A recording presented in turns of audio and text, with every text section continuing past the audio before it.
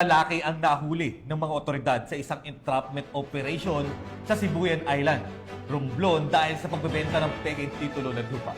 Ito'y isang modus na tinutugis ng pulisya upang mapigilan ang patuloy na paglaganap ng mga ganitong iligal na gawain sa ating bansa. Magbabalita dyan si Patrolwoman Eloy Saberedo.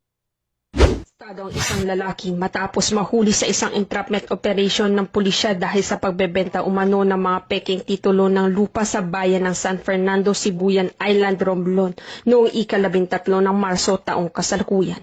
Kinilalang sospek na si alias Alan na nagpapakilalang General Overseer at Attorney in fact ng isang Doña Lourdes Rodriguez Anienza na umano'y nag-aangkin sa buong Pilipinas. Ayon sa ulat ng pulisya, isang biktima na lumapit sa kanila matapos hingian ng karagdagang bayad ng sospek para sa isang peking titulo ng lupa. Dahil dito agad na nagsagawa ng entrapment operation ang mga otoridad gamit ang budol money. Dumating si Alan sa Sibuyan Island noong Huwebes ng umaga at nakipagkita sa biktima sa gabi. Dito na siya naaktuhan ng mga operatiba at inaresto.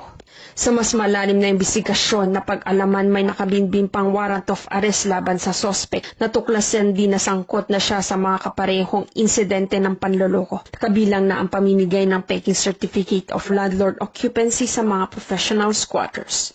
Ayon pa sa National Drive Against Professional Squatters and Squatting Syndicates, isa si Alan sa mga matagal nang inirereklamo sa kanilang tanggapan dahil sa mga iligal na aktibidad.